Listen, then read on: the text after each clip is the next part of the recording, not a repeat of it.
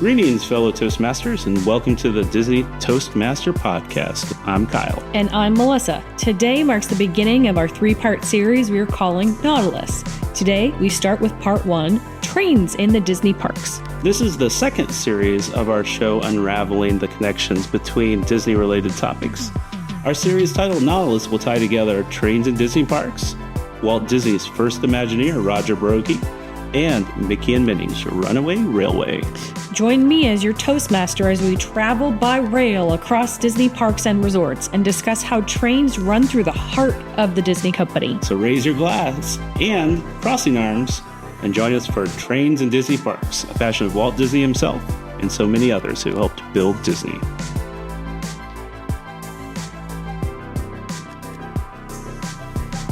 I'm ready. We're here. You know, our topic for the day? Trains. Trains at the parks. Because I thought of this partly because I actually come from a family of train enthusiasts on my father's side. My that photo was taken by my grandfather because that was his hobby. He used to go photograph trains. He would go hang out in the fields where their train tracks were and wait and take photos. And we've got just boxes of these really cool photo negatives, and we got a few of them blown up. But my grandfather and my father are both train enthusiasts. My dad did model trains. He's got a full setup in the basement, but it's just like Disney. Mm-hmm. Walt Disney was a well-known train enthusiast. So that was kind of what we decided to build this off of, was this whole love of trains. Yeah. Which it's kind of funny because trains are coming back as the world is hitting this shortage of truck drivers and being able to transit, get products from place to place.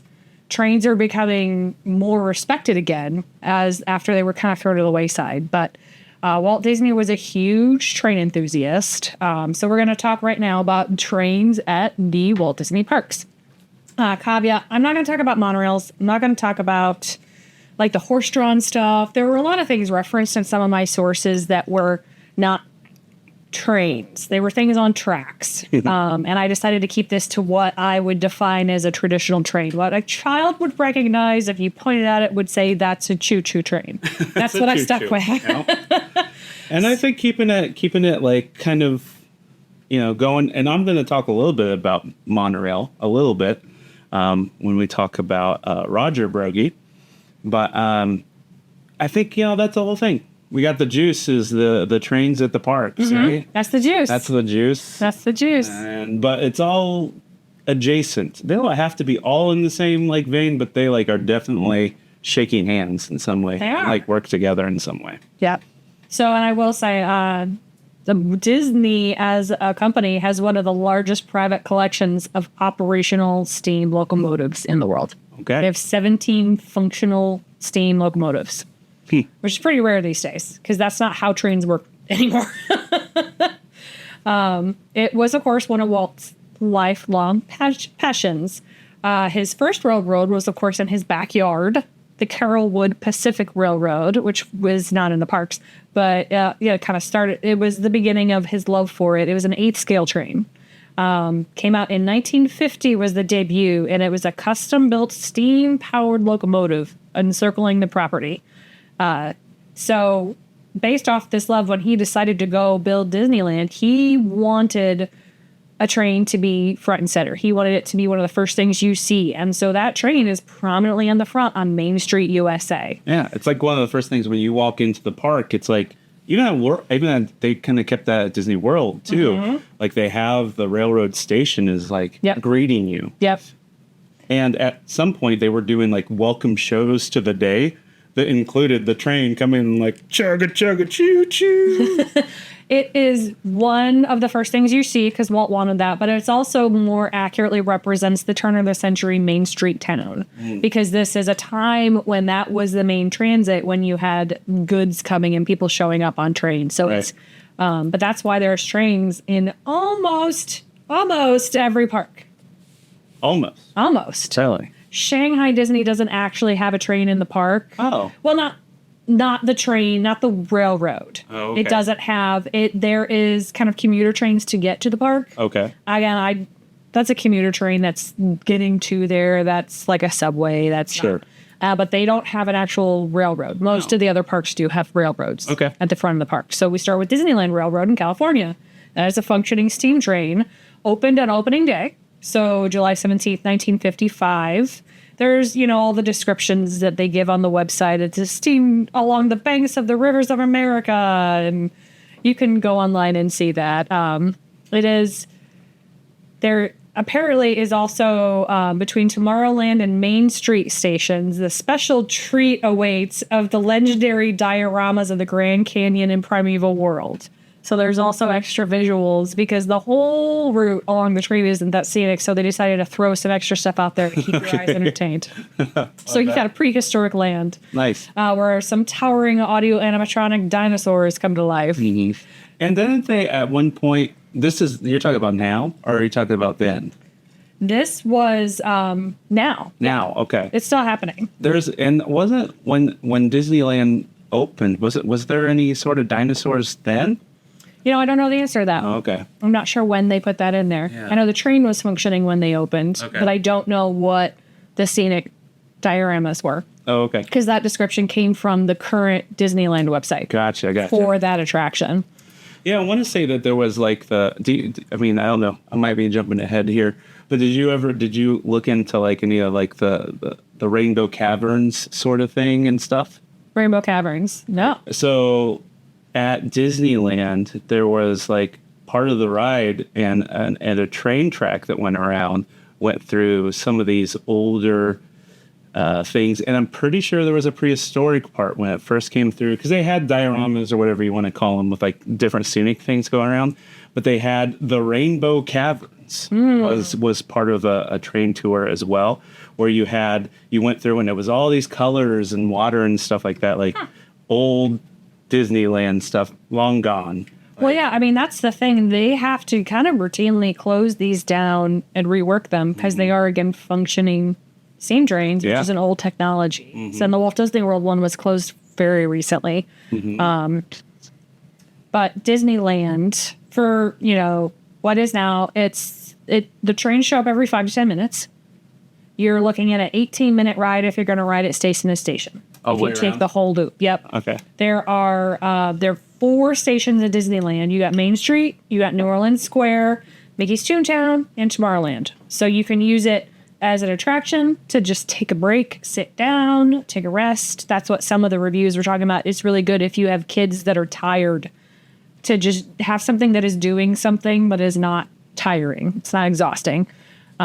Or you can use it to transit between those places. For Disneyland, there are 5, quote unquote, meticulously restored working narrow gauge train engines. And at Disneyland, they were named after American train legends. So this was kind of early in Disney's park history. So they needed it after actual train people. So the locomotives you've got C.K. Holliday, E.P. Ripley, Ernest March, Fred Gurley, and Ward Kimball is actually the 5th one, who is not an American train legend. He is actually an Imagineer that was prevalent in Walt's learning about trains and loving trains. So they shared that love. So I got to stop you here because there's the number 3 train.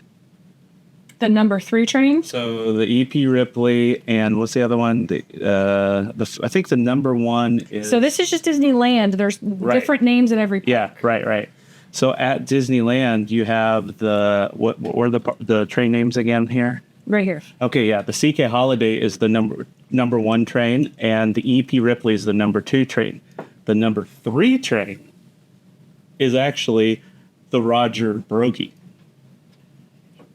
See, what I found said Ernest Marsh. I'm not sure if it's there. I don't know if it's there still, but there's a different park that has a Roger Brogy train. Really? Mm-hmm. Oh, not Disneyland. Okay, we're gonna have to look this up because I have different information than that. Because at Disneyland, I had the number 3 train being the Roger Brogy.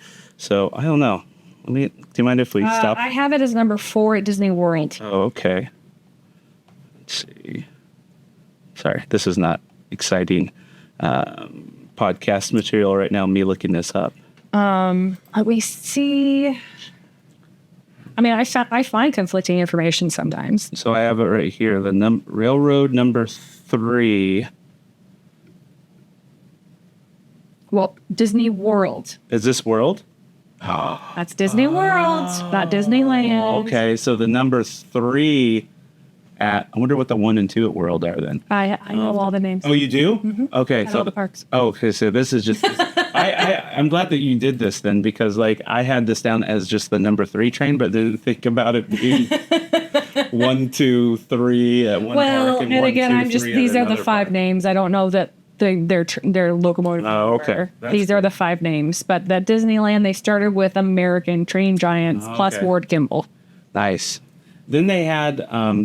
Are you? Do you have anything about like the name of the railroad that they had it? Was it like the Santa Fe and Disneyland Railroad? Well, it's right now. It's just the Disneyland Railroad. But it started out with a like they had something where they were sponsored by a railroad company. Oh, interesting. And I'm pretty sure it was the Santa Fe and for like the first 6-7 years or something like that. It was sponsored by the railroad, the Santa Fe. So the actual railway system was called the Santa Fe and Disneyland Railway. That makes sense. And then when the sponsorship ended, it just became the Disneyland Railway. And I think it's really fun. That's a fun fact because the Santa Fe railway station, which is, I think, was ran by C.K. Holiday and E.P. Ripley. Those guys were like the presidents of that company.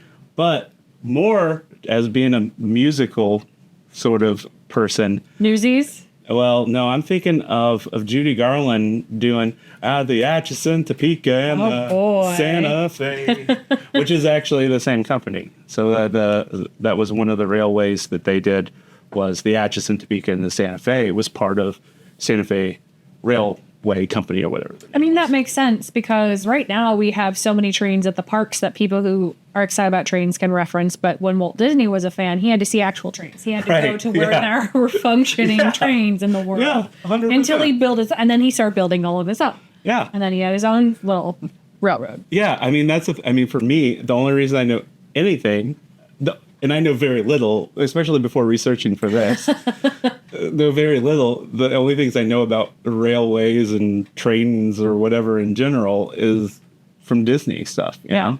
And that's about it. But that would have been such a big deal growing up. And like, that was like, I think, now we think about jumping on an airplane and going to faraway places.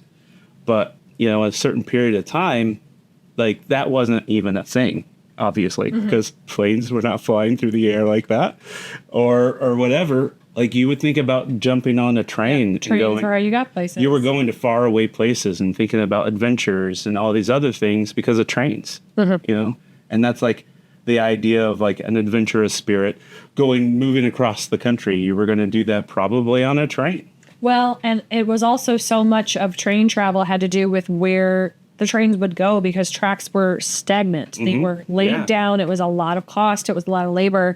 And it would just be able to go to those big cities. And those big cities thrived because of it, because people could get there versus cars. Once cars happened, then people could go kind of anywhere they wanted. Interstate system all of a sudden was like, Versus trains. Yeah. I mean, I get it. And the more I think about it and the more I learn in what we're talking about today, like I kind of get the appeal and the mystique of a train, My husband and I are actually still, it's something that's always kind of been in the back of my head is something I want to do someday. And we're kind of looking into maybe doing it soon-ish, is traveling on a train across Canada, like as vacation, like specifically getting a train with a sleeper car, a private sleeper car, and like having that old, like kind of like in my head, I'm sure it's more romanticized than it will be in real life. Sure. I'm sure there will be, it is not as fabulous as the movies, but I still want to experience that. I want to have that sleeping on the train, traveling on the train, eating in the dining car, looking at the sights, using your transit as part of the trip. Yeah. I mean, there's still, even, I mean, now there's such a huge car culture, obviously, in America, but there's still something very unique about that, that you're not having to drive, so you can legit relax, sit back and watch the scenery. And these trains are going in places where cars aren't in some cases too. Well, I mean, on the side of a mountain or right through a national forest or whatever it is, like, and it's not because of the interstate system. and the sprawl of retail, gas stations, and all these other things that are surrounding the highways, I feel like that if you're traveling on a train system, especially now, on the ones that still exist, you're going through a much less, there's more opportunity to be kind of in the thick of things and not see some of the gas stations and things like that. You're seeing nature in some ways. Well, and of course, bringing back in our trip to Japan this summer, the bullet train was huge. Being able to get from city to city and make our vacation hit 3 cities instead of 1 because it's affordable, it's fast, it's relaxing, and you can go to a whole new part of the country and like for a couple days or a day. It's not a big deal. Like it's so nice, and it is a much smaller country, so they have that whole interconnected bullet train system. We would love if they had that here.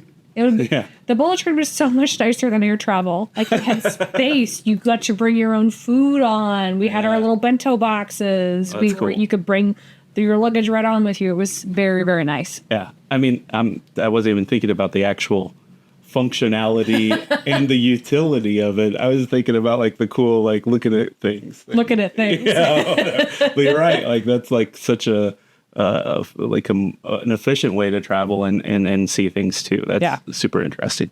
Sorry. All right, back to California. So those are the names of the 5 locomotives in California and Disneyland. Oh, okay. I'm ready for. Are you talking about World now? Almost. Almost there. Sorry. There's also been a number of voices of the Disneyland Railroad. And admittedly, I had kind of a hard time getting accurate information here. So if any of this is wrong, I do apologize. The references are a bit scant but basically I found different voice names for Disneyland and Disney World. According to my resources, which I found some actors' voiceover references, which was an interesting website to troll through. It started as Jack Wagner from 1955 to the 70s. That's a big one. And then in the 70s to the 80s, again, not accurate dating, of Vic Perrin. Okay. Then in the 80s to 2002, we hit Thurl Ravenscroft as the voice of the Disneyland Railroad. I love that. I want to talk about him at some point. At 2002 to 2016, Earl Hindman. I'm familiar. Yes, you are. Have you ever seen Home Improvement? Oh, yeah? The guy, his neighbor, Wilson. No. Uh-huh. That's awesome. And then 2016 to present says Bob Joles. Okay. Cool. So there have been a number of voices telling you a story as you. Wilson. That's awesome. Okay, cool. All right. What was the years on the Wilson one? 2002 to 2016. Okay. And he also, 2002 to 2010, he did Disney World as well. Oh, wow. He was the voice of both. Huh. So we're going to move on to the Walt Disney World Radio. I love that fact, though. Like, I'm keeping that in my pocket forever. Wilson told you a story while you rode the train. For a long time. That's amazing. So Walt Disney World, another opening day attraction, right at the front of the park, Main Street, another functioning steam train. Again, you've got there's a whole official website description of listening to the clamor of the engine, the chug of the wheels, take your seat on a meticulously restored vintage narrow gauge steam train. Yep. It's on the website. Anyone can look it up. It's convenient and nostalgic way to travel around the Magic Kingdom Park. Yeah. These steam trains were apparently built between 1916 and 1928. Mm-hmm. And they were, of course, restored. The names for these steam trains, you've got Walter E. Disney, Roy O. Disney, Lily Bell for his wife, and then Walter Broggie. Nice. Who was the train fanatic Imagineer who helped bring trains to the park. Walt Disney's first Imagineer. And so it's family and Walt Broggie are the names of the There's trains a reason for that. This train goes on a 1.5 mile loop. It is approximately 20 minutes if you go all around the park. 3 stations you can stop at. So again, you can use it as an attraction or for transit. You got Main Street USA, Frontierland, and Fantasyland. So one of the most recent things, this train was closed a long time recently. So in December of 2018, they shut it down to build the Tron coaster. 2018. 2018, it was closed a lot longer than they planned because of COVID slowdowns for the Tron construction. So it was actually closed from December of 2018 to December of 2022. You could not get on the Walt Disney World Railroad that entire time. The whole railroad. And I tell you, I actually found a website full of blog posts full of train enthusiasts, and very clearly some of the people on this providing posts were engineers at Walt Disney World Railroads. They were very mad that the train was shut down this long. They were not happy. They missed the train. Yeah. So back in July of 2022, cast members started training again to kind of get people excited for getting back on the railroad at Walt Disney World. The train now rolls through a tunnel under Tron. So, and they also, in this time, they completely refreshed the track and it gave an all new voice. So this new conductor has a whole story. There's a story behind who is this new train conductor, the voice you're hearing. And they say it's someone who grew up on Main Street, USA, dreaming of the day they'd be on the railroad. Now they've achieved that dream, and they know everyone and everything at the Magic Kingdom. An unofficial mayor of sorts. The conductor is humble, genial, and knowledgeable, and he's eager to help passengers of these iconic steam trains get to their destinations around the park he loves so dearly. Okay. They gave him a backstory. It is not just Wilson from Home Improvement anymore. I also couldn't find the name. I don't know who it is. Okay. Because I have a clip. I'm going to play it. The voice sounds very, very familiar. Okay. He is the voice of other things. I know it. Yeah. Okay. But prior voices. So apparently, I don't know why, but apparently at Disney World, 71 to 88, it was actually live cast members doing the narration. It was not recorded, which is surprising because at the same time in Disneyland, it was recorded. Interesting. Yeah. And then in 1988 to 2002, it was said it was Ron Schneider. 2002 to 2010, Earl Hindman Wilson. Mm-hmm. Then 2010 to 2022, Daryl Pickett. Okay. And now we have someone whose name I couldn't find because I think they want you to think it's someone who actually lives in Main Street. Let's play it. Oh, I know that sound. I'm playing a YouTube video. Yep. Let's go to where he starts talking. Friendly departing Main Street Station. Any viewers in those friendly faces already? Doesn't that sound familiar? On this train, it's never goodbye. It's always see you real soon. That. I've read and in Spanish. Yep. Yes. I don't know who it is. Perhaps there's your bit of a little bit. I had them to help wish it. Oh yeah. He does voiceovers for other attractions, Yeah. but I couldn't find his name. I'm gonna throw it out there. You ready? We're gonna figure it out, and it's gonna be right here. This is the guy. This section's gonna get cut because we're not gonna find it. Oh yeah. In which case, I will put Kyle's wrong. Yeah. But yeah, I couldn't figure it out. It does sound super familiar. It's I know the voice, but I can't put my finger on it. And my voiceover actor reference website wasn't that up to date. Didn't have the person there. So then we leave the United States. We go to the next one, the Western River Railroad at Tokyo Disneyland. I'm going to take a train there. Another functioning steam engine, another opening day attraction, seeing a trend in 1983. This one's not transport. It's just an attraction. There's only one station, and the whole point is to like be on the train. Take in the scenery. Yeah. Okay. It travels through Adventureland, Critter Country, and Western Land. And in this one, the locomotives are named after prominent U.S. rivers. Oh, interesting. Colorado, Missouri, Rio Grande, and the Mississippi. Mississippi. So then after that, we go Paris, Disneyland Railroad at Paris. Disneyland is also a functioning steam train. Another opening day attraction, 1992. It is a 20-minute Grand Circle tour. So again, this is more of an attraction, not transit. The four trains here, we have CK Holiday. Okay, so they grab some of the names. Okay. Well, the next one is WF Cody, Okay. also known as Buffalo Bill. Oh, okay. From Very cool. Western history. You've got Fun. G. Washington. I wonder who that is. And the last one it's the Eureka.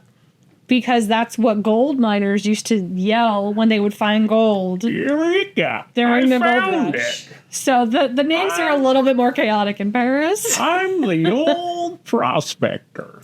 Then we go to Hong Kong, Disneyland. This one is a train that looks like a steam train, but it's actually an internal combustion engine. Okay. They did not get a functioning steam train for this one, but they made it look like it's steam, which at least one of my references said it was a steam train. Okay. But the others said, no, it's not. They just zhuzhed it up. This was an opening day attraction in 2005. I would believe they wouldn't be able to find a functioning steam train at that point, and they're not going to build a new one. No one's building new steam locomotives right now. It is a 20-minute scenic tour of the park. The 3 train here, you got the Walter E. Disney, the Roy O. Disney, and the Frank G. Wells, Nice. the president and CEO of Walt Disney Company in 1984 to 1994. Yep. So, if nothing else, that guy's name is known on that train. Well, we talked about Frank Wells. We did. We talked about Frank Wells when we were talking about, if you haven't listened to our episode on Pleasure Island and drinking in Disney Park, drinking in general in Disney, we talked a little bit about Frank Wells. But no one else talks about Frank Wells. They should. Frank Wells was super cool. Frank Wells and Eisner were like peanut butter and jelly, baby. So that is the end of the big train. So Shanghai Disneyland doesn't have that. Doesn't Okay. have that big railroad. There are more trains at Disney parks though. We're not done. Oh, okay. But Let's hear wait, it. there's more. But wait, there's more. So then we hit the Seven Dwarfs Mine Train, which is I've got my dopey shirt on today for the Nice, Seven good Dwarfs choice. Mine Train. Yep, good choice. This is a steel roller coaster at the Magic Kingdom and at Shanghai Disneyland. So Shanghai does have a train because it's got Seven Dwarfs Mine Train, Okay. but it's not the same. It's in Fantasyland in both. Magic Kingdom opened in 2014 as part of New Fantasyland.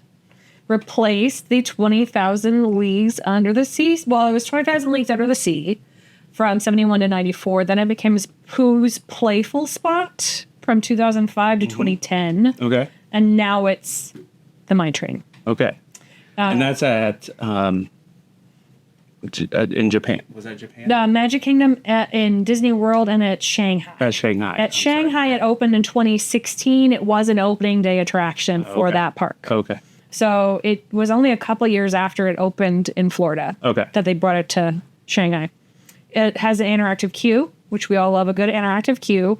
That queue has apparently changed. Originally, there was this gem sorting game, but apparently that got a little too, I don't know, chaotic, messy, busted, kids. It is now immovable gems. The gems are just stagnant. But there are apparently barrels of spinning gems. Yeah, I've seen those in the queue. So if you get all 7 barrels to spin at the set, they will all reflect an image of a character, the dwarves on the ceiling. 7 dwarves. If you get all 7 dwarves, Snow White will show up. Really? But it's so a lot of people don't know that because you just get 1 or 2, you have to get all of them for Snow White to pop in there. Okay. Next I've not time, seen it. Group trip. We We get need enough people. 70 humans. We can work together. recruit some other people. We do our group trip. We get one other random person to be dopey. You sure I'm not going to be dopey? I feel like I might be. Yeah. Okay. But then there's also a gem washing station of musical spigots, and there are actually 12 spigots for the 12 notes on the musical scale. Oh yeah. Is that one of those? I think I saw that. That's like the thing you like put your hand under the water and it makes the noise. You're washing the gems from the mine. I love that. So it is a very good ride, but it's a 3-minute ride, which you might be in a long line for a 3-minute ride. That's one of the biggest complaints, of course. It is indoor and outdoor. Top speed is 34 miles per hour, but it's got a very family-oriented appeal. Yeah. Because it's kind of the kid theme. It was when it came out, it was a new technology of the tilting ride vehicle. Right. So there's all the different cars and there's 4 people in each one, but they kind of like swing back and forth based on momentum. Yeah, they kind of like it's the minecart thing is kind of like swinging when you go around the curves Yep. and whatnot. It's pretty fun. And the audio animatronics in the final scene where they're dancing and a lot of those are recycled from the original Snow White Scary Adventure ride. Ooh, love that. So were there are some vultures early on that are also recycled from her. Okay. I'm going to keep an eye out for that next time. So you've got some reused, recycled, Save the Planet audio animatronics in that Okay. ride. You've also got some new ones because apparently... Wait. Save the money. Oh, All right, go ahead. so jaded. But you've also got some new audio animatronics in the mines, which apparently they have improved range of motion, which there was a reference to Doc's wrist and fingers and it being more agile than in the past. So that we leave that one. We've also got another big railroad in the parks, the Big Thunder Mountain Railroad. Can I talk about one more thing on Seven Dwarfs? Sure can. One of my favorite parts of that is you're going through that and you have all the audio animatronics, right? Mm-hmm. And as you're going, one, you think you're going to go up this big hill, right? Which you are going up a big hill, but then it's a very small, smooth drop, and it's fun and exciting and whatnot, but it's not this big drop you think it's going to be. But my favorite thing in that is they start doing the, like, hit the bell, like, ding, ding, ding, ding, ding, hi-ho, hi-ho, and then you get the shadows, like, you are, like, kind of become transformed. They're animated in the cave. Yeah, so you are kind of transformed into being the Seven Dwarfs because there's a light on the right side of you, and you see the shadow of you going up the hill on the left side, and it's a shadow of each of the guys with, like, each of the dwarves with their pickaxes and whatever on them. Like, I really like that ride. It's a super great ride. It's fun. Yeah. I think the common theme is everyone wishes you got more of it. Sure. You want more. Yeah. But it's super fun. It's super smooth. It's super comfortable. I am prone to motion sickness, but this ride doesn't bother me personally at all. Some people could get bothered by it. Sure. Obviously. It is smooth and it is a family coaster. But it's the parts where you're interacting with animatronics in it is, like, to me, is magical. Like, My favorite part is the slowdown at the end when you see them dancing in the cottage. yeah. Because and then you get the witch on the end, too. Yeah, you're on this whole coaster and then you purposefully slow down and you get to see this delightful scene right there. Which apparently the Shanghai version is actually the cottage is further away. Oh, really? So there's an additional, there's like a well and some animals playing in the well, which is something that they have there that we don't have in Florida. When my daughter was younger, we rode it for the first time, and when you go on the Walt Disney World one, that scene is on the right side of you. So you're looking at the cottage and the evil queen transformed into the old hag or whatever it is she is. The first time she felt too close to the old hag / evil witch. So she asked, and this was not like in the same trip. It was like a year later or something. She's like, which side do I need to be on? And I was like, okay, so you want to be on the other side this time. So you're further away from the evil witch. You gotta watch or yourself. evil queen. Watch OIS. Right. It's important. I love that. All right, another railroad at Disney World. There's more. There's so many railroads. Big Thunder Mountain Railroad. Love Opened it. in 1980. Designed by Disney legend Tony Baxter. The locale, the visuals are based on Monument Valley, Arizona. It's pretty popular with the wide age group because it's a coaster that doesn't have a big drop. Admittedly, my husband doesn't like this because it is older, and so it's a little bit it's a little rough on the joints if you're not under 30, we'll say. So we don't ride this one every time anymore. We've ridden it a lot, but it's a very attainable coaster, which I think is the most of them at Disney World. There's not those terrifying Cedar Point Universal coasters that are legit scary. Right. Top speed on this one is 36 miles per hour, so just a little bit faster than Snow White. It's also longer than Snow White. It is not by much. It's actually only a 3.5 minute ride. So it doesn't get for some reason, it doesn't get the flack that Snow White does, even though it's only half a minute longer. Because the wait for it's half as long. That's true. That's true. And you get an extra 30 seconds to ride. I think it's just that illusion of we don't care about that one, but Snow White gets so much crap for being so short. Big Thunder Mountain's awesome. But I mean, in Snow White, they only have so much footprint. They were replaced. They were in an existing space. Right. They couldn't build as big as they wanted. Yeah.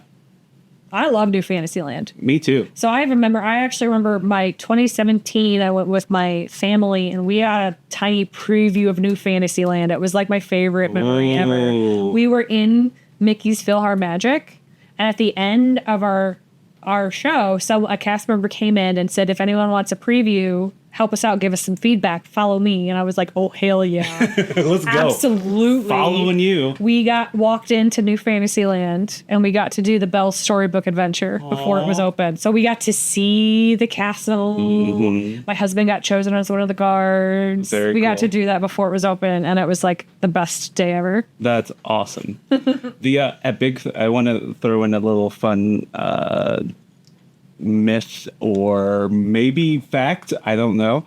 I've not personally experienced it, but do you know about Big Thunder and the passing of stones in your bladder, like bladder stones? Excuse me?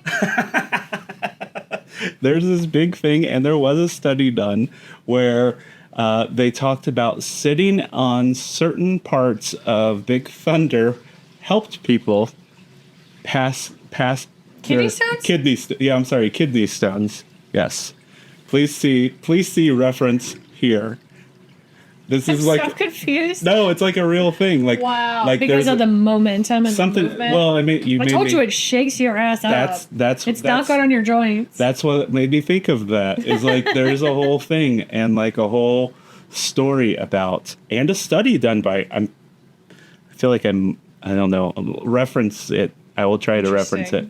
But I'm pretty sure that there was a study done at a university that tested this sort of thing, talking about the passing of your kidney stones and riding Big Thunder. I like it. I mean, I'd rather do that than most of my treatments I've ever had in my life. All right, next railroad at Walt Disney World. It's in Germany. And this one, there was a massive train crash not that long ago. These are the model trains. These are the model trains outside of the Germany Pavilion at Epcot. Oh, and it's there was November 2023, there was a Twitter video with a very eye-catching headline of massive train collision at Walt Disney World.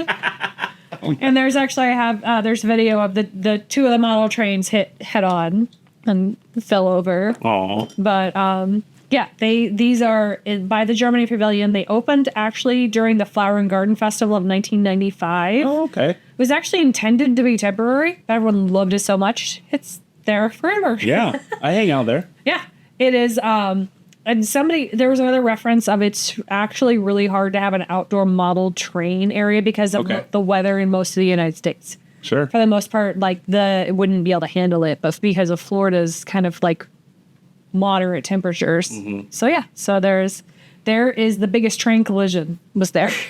I will say I feel like I always see cast members kind of maintaining and doing things to that all the time. Yeah, it's changing. It's not stagnant. Things change. They change the buildings or the people or the decorations. Yeah, for like different festivals or holidays or whatever too or something. So yeah. And I feel like that. Like I love that it stayed again because of Walt's love of trains. Mm-hmm. I think it's great. And it's a great place to just like be in the shade and like relax. You have a beer in your hand, probably. Pretzel, beer. Yeah, let's go. Love it. I'm ready. Let's go right now. So another railroad at Walt Disney World is, of course, Mickey and Minnie's Runaway Railway. All right. That's going to be a whole other topic. That is the bitters of today's podcast. Oh, okay, We're going to skip past that. I got plenty to share on that one later. Love it. Now we go to in Disneyland. There's more trains. Disneyland, there's the Casey Junior Circus train.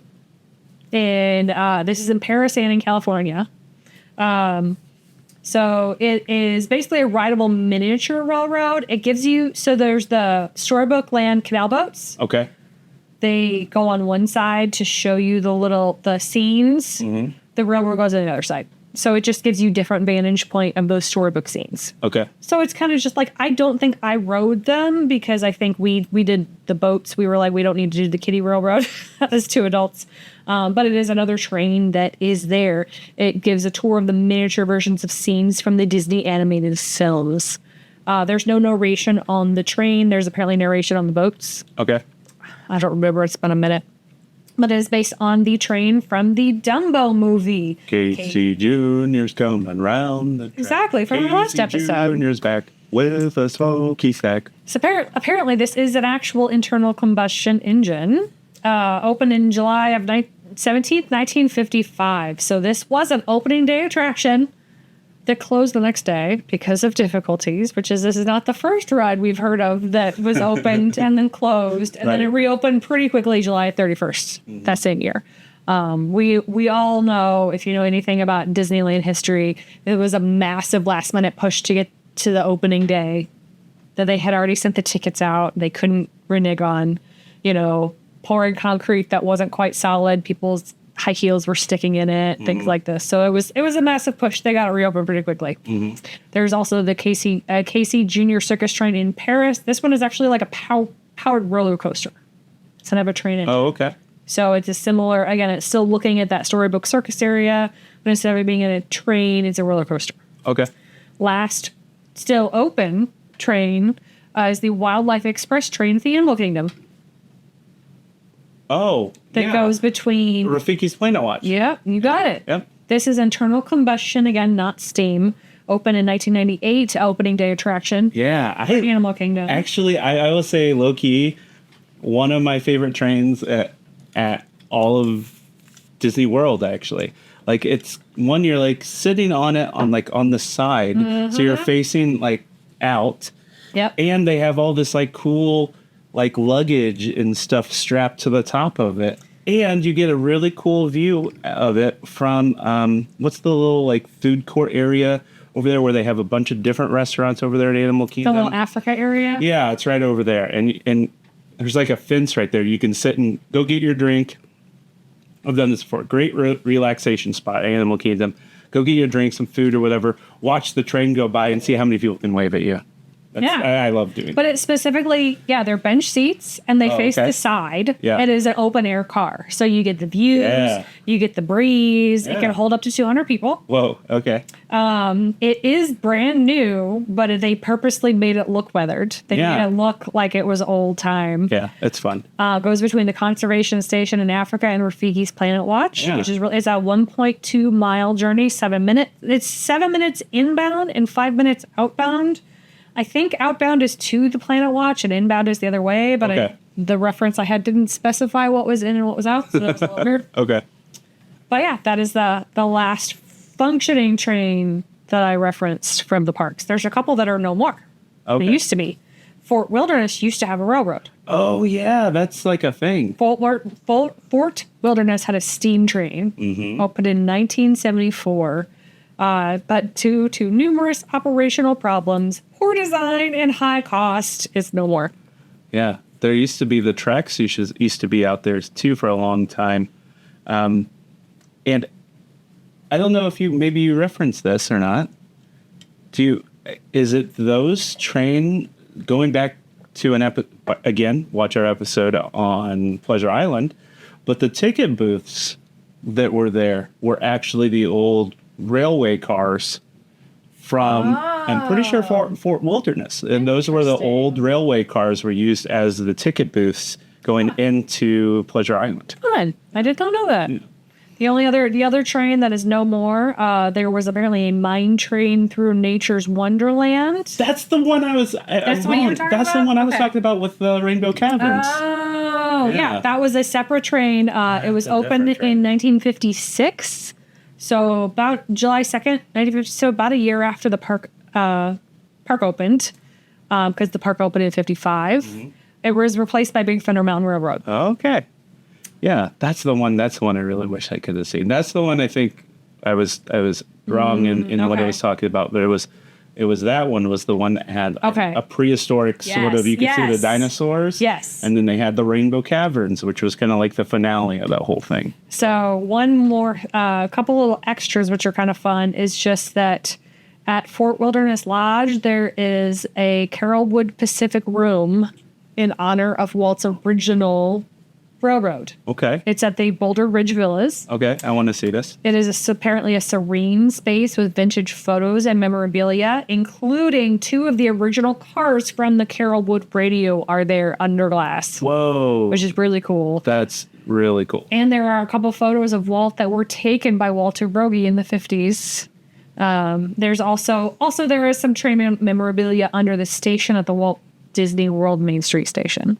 Wow. There are trains all over the parks. All over all of the parks. Every Disney park has a train somewhere. Yeah, in one way or another. Some more transportational than others. Yeah, that's awesome. It really is. And you were talking about like people being upset when the whole railway at Disney World Magic Kingdom was closed for so long. Like I was upset. I mean, I missed it when it was gone, but because it is such a part of going to the parks is seeing those trains and whatnot, and having them there now again is fantastic. And I love going on the trains. Do you have a favorite train? I mean, right now it's Seven Dwarfs Mine Train, but it's probably because I've only ridden it twice. Mm-hmm. Because we haven't had enough visits there and the lines are always so long. Okay. I think if I rode it more, I'd be a little bit more balanced. Yeah. I think I'm going to say probably the Animal Kingdom one. Just because, I don't know, it's fun. It is. It's nice. And it's like they set it up to be more comfortable. Yeah, it is. And it is comfortable for sure. But yeah, the more functioning steam trains in a private collection. Yeah, that's awesome. Thank you for putting down the knowledge on the trains. I mean, heck, this is from my dad and my grandpa. Yeah, that's rad. The actual train lovers in my family. That's awesome. Well, let's listen to what we've got next year and the way we're kind of tying in Broggie and Mickey Mouse. Mickey Mouse. Yeah, Mickey Mouse into this whole episode. So let's do it. All right. Train choo-choo. Well, choo-choo, Melissa. That was a lot. Were we recording already? Yes, we're recording right now. Choo-choo, Melissa. That was trains. I mean, it really is such an important part of the Disney company. It was cool to learn a bunch about it. I mean, coming from someone whose grandfather and father is so enthusiastic about trains, that was always something that was important to me, like as another connection. And I understood Disney's love for trains, not necessarily from myself, but from people I love. Yeah. So we hope you guys are really liking the start to our Nautilus series this time. You know, we're going to be talking about the Dark Prince of Imagineering. How about that? Yes. For a tease? Dark Prince of Imagineering, Walt Disney's first Imagineer, Roger Broggie. We will be. So tune in for that, and we'll see you on the other side.